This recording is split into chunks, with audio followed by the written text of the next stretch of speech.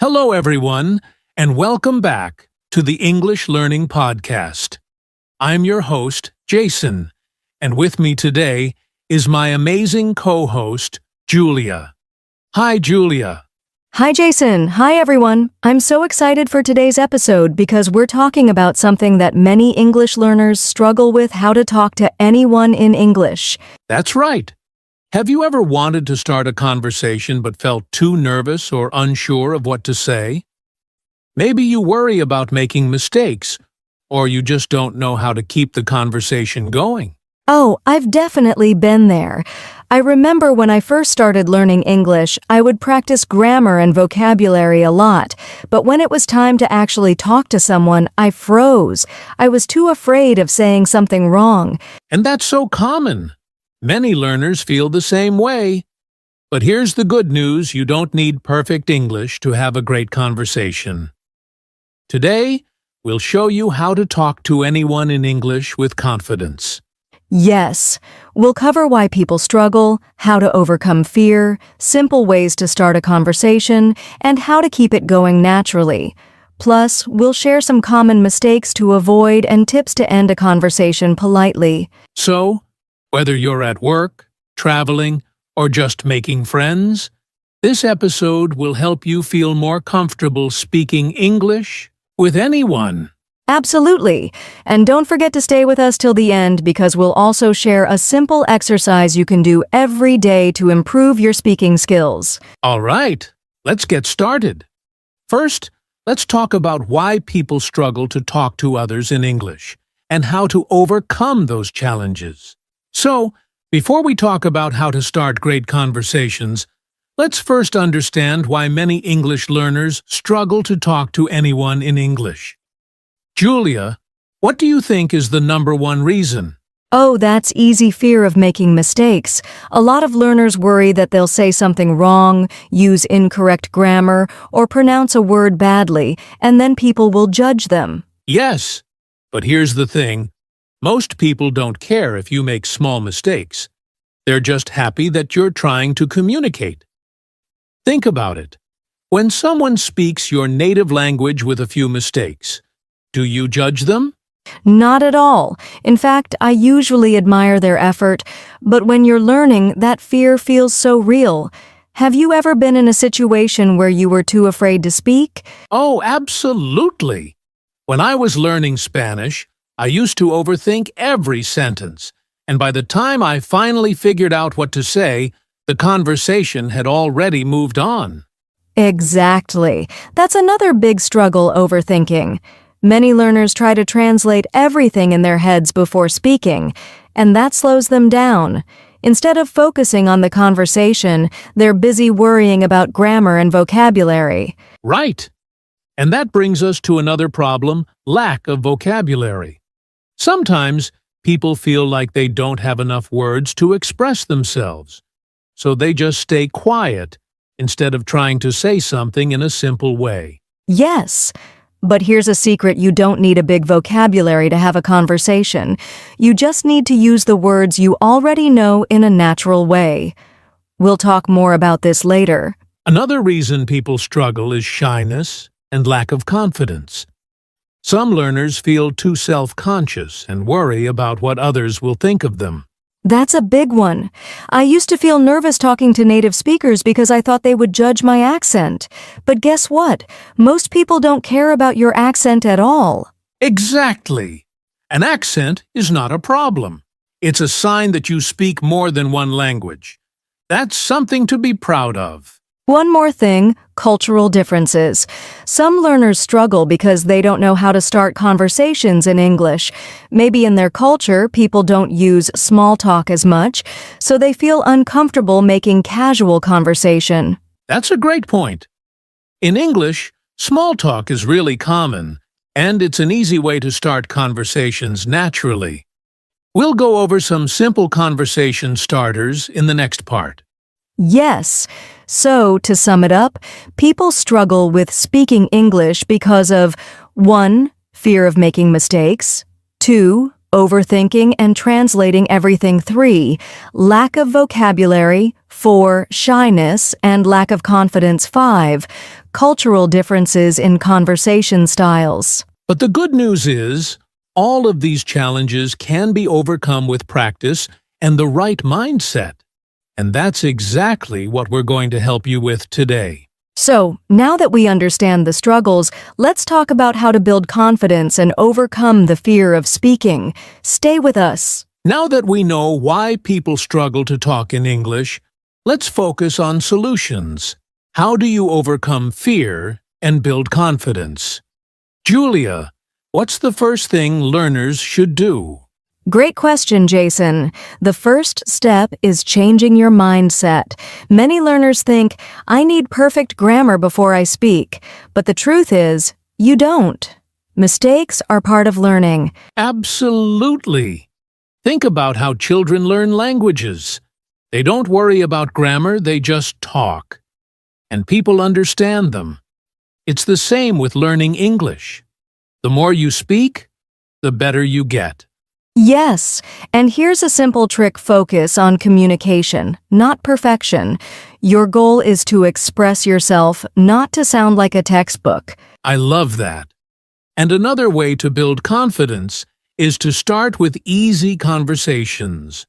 You don't have to jump into a deep discussion on politics. Just start with simple topics like, how was your day? What do you do for work? Nice weather today, isn't it? Yes, small conversations help you feel comfortable. And another thing, practice speaking daily, even if you're alone. That's a great tip. You can talk to yourself in English, describe what you're doing, or even read aloud. It helps you get used to speaking without pressure. And if you're shy, start with voice messages instead of live conversations. Send a short voice note to a friend, or even record yourself. This way, you get used to hearing your own voice in English. That's a great exercise. Also, let's talk about body language. Did you know that how you stand and breathe affects your confidence? Oh, for sure. If you're nervous, take a deep breath, relax your shoulders, and smile. It tricks your brain into feeling more confident. I love that. And one more tip, find a speaking partner. Practicing with someone helps you feel more comfortable. You can join online groups, language exchange apps, or local meetups. Yes! Practicing with real people makes a huge difference. And remember, the more you speak, the easier it gets. Confidence comes with action. Exactly. So, let's summarize. Change your mindset. Mistakes are okay. Start with small conversations. Practice speaking daily, even alone. Use voice messages if you're shy. Improve body language. Stand tall. Breathe and smile. Find a speaking partner or join a group. Yes! So now that we know how to build confidence, let's move on to the next step: how to start a conversation with anyone. Stay with us. All right. Now that we know how to build confidence, let's move on to an important question. How do you start a conversation with anyone?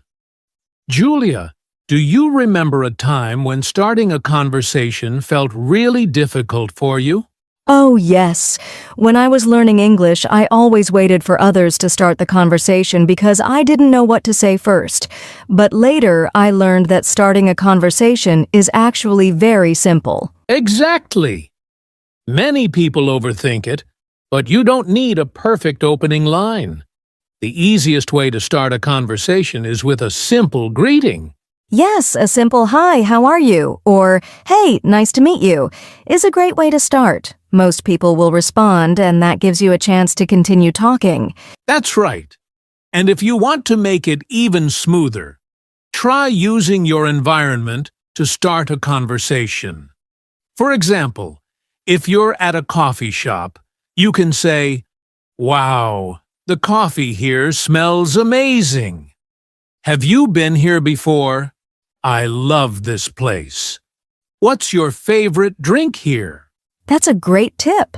Another trick is giving a compliment. People love to hear something nice. You can say, "I love your jacket." "Where did you get it?" Your English is really good. How did you learn it? Yes, compliments are a great way to make someone feel good and start a natural conversation. And if you're meeting someone for the first time, asking simple questions is the key. Oh, absolutely. People love talking about themselves. Just ask easy questions like, where are you from? What do you do for work? Are you enjoying the event? Exactly. And one of my favorites, talk about common interests. If you know someone likes music, you can ask, what kind of music do you like? If they love sports, ask, do you play any sports? Yes, and the best part is you don't have to talk a lot. Just ask a simple question and let the other person talk. That's a great point. And remember, starting a conversation is just the first step. Next, we'll talk about how to keep the conversation going naturally. So stay with us. So, we've talked about how to start a conversation, but here's another challenge. How do you keep the conversation going naturally? Julia, have you ever been in a situation where a conversation just stops? Oh, definitely. Sometimes I'd ask a question, the other person would answer, and then silence. I didn't know what to say next. That happens to a lot of English learners. But here's the good news. You can keep a conversation going with a few simple tricks. The first one is follow-up questions. Yes. Instead of just saying, oh, that's nice after someone answers, ask something more. For example, if they say, I like playing soccer, you can ask, how often do you play?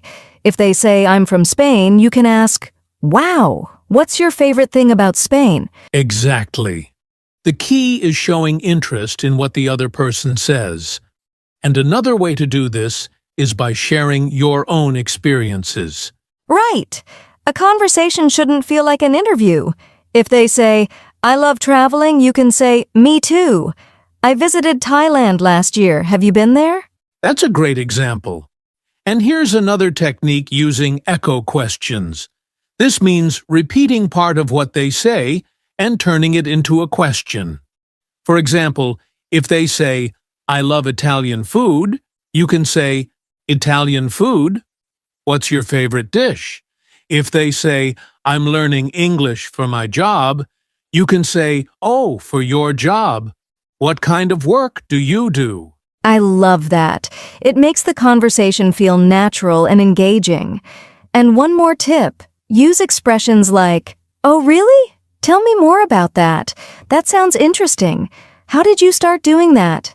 Wow, I'd love to hear more about it. Great advice. And remember, be a good listener. When someone is talking, don't just think about what to say next. Really listen and react to what they say. Yes. People love talking to someone who listens and responds with interest. And if you ever don't know what to say, just smile, nod, and say, that's really interesting. That keeps the conversation flowing. Perfect. So, let's summarize, ask follow-up questions. Share your own experiences. Use echo questions. Show interest with expressions. Be a good listener. Yes, and now that we know how to keep a conversation going, let's move to the next challenge, how to end a conversation politely. Stay with us. All right, we've learned how to start a conversation, keep it going, and even how to end it politely. But now, let's talk about something really important common mistakes English learners make when talking to people. Julia, have you noticed any common mistakes? All right. We've learned how to start a conversation, keep it going, and even how to end it politely. But now, let's talk about something really important common mistakes English learners make when talking to people. Julia, have you noticed any common mistakes? Oh, definitely. One big mistake is giving short, one-word answers. If someone asks, do you like music? And you just say, yes, it stops the conversation. Instead, you should add more. Like, yes, I love pop music. What about you? That's a great point. Another mistake is talking too much about yourself. and not asking questions. A conversation should be balanced. It's not just about what you want to say. It's also about listening to the other person. Exactly. And another mistake is being too afraid of making mistakes. Many learners think, oh no, what if I say something wrong? But the truth is, people don't care if your English isn't perfect. They just care about the conversation. That's so true. And one more mistake, not making eye contact or using body language. If you look away or don't smile, people might think you're not interested. So even if you're nervous, try to smile and look at the person while talking. Yes. So let's quickly summarize the common mistakes to avoid giving short, one-word answers. Talking only about yourself, being afraid of making mistakes, avoiding eye contact or not using body language. Exactly. Avoid these mistakes, and your conversations will feel much more natural. Now, let's move to our final section, practical tips for improving your English conversation skills. Stay with us. All right, Julia. We've talked about how to start and keep a conversation going, but here's another important skill: how to end a conversation politely. Yes, sometimes we don't know how to say goodbye without being rude, but there are easy and natural ways to end a conversation. That's right. The first way is thanking the person and giving a reason to leave. For example, "It was really nice talking to you. I have to go now, but I hope we can chat again soon. I really enjoyed our conversation, but I need to get back to work. Let's talk again sometime." Those are great. Another way is to make future plans before ending the conversation. It was great meeting you. Let's catch up again soon. I'd love to continue this conversation another time. Maybe we can grab a coffee next week? Yes! And if you're at an event or party, you can say, "I won't keep you any longer, but it was great talking to you. I see someone I need to say hello to, but I really enjoyed our chat." Those are all polite and natural ways to end a conversation. The key is to be friendly, smile, and leave on a positive note. Exactly.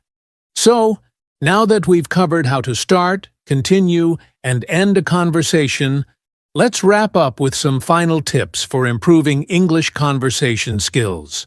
Stay with us. Wow, Julia! We've covered so much today: why people struggle to talk in English, how to start a conversation, keep it going, and even end it politely. Now, let's finish with some final tips and encouragement for our listeners. Yes, my first tip is practice every day, even in small ways. You don't need a classroom, just talk to yourself, record your voice, or chat with a friend. Great tip! And my advice is, don't be afraid of mistakes. Mistakes are part of learning. The more you practice, the more natural your conversations will feel. Absolutely. Also, listen to native speakers, watch movies, listen to podcasts, and pay attention to how conversations flow. Yes, and most importantly, be confident and enjoy the process. Every conversation you have in English makes you better. That's right. So to all our listeners, keep practicing, keep speaking, and remember, you can talk to anyone in English. Thanks for joining us today. If you found this podcast helpful, don't forget to subscribe and share it with your friends. See you next time.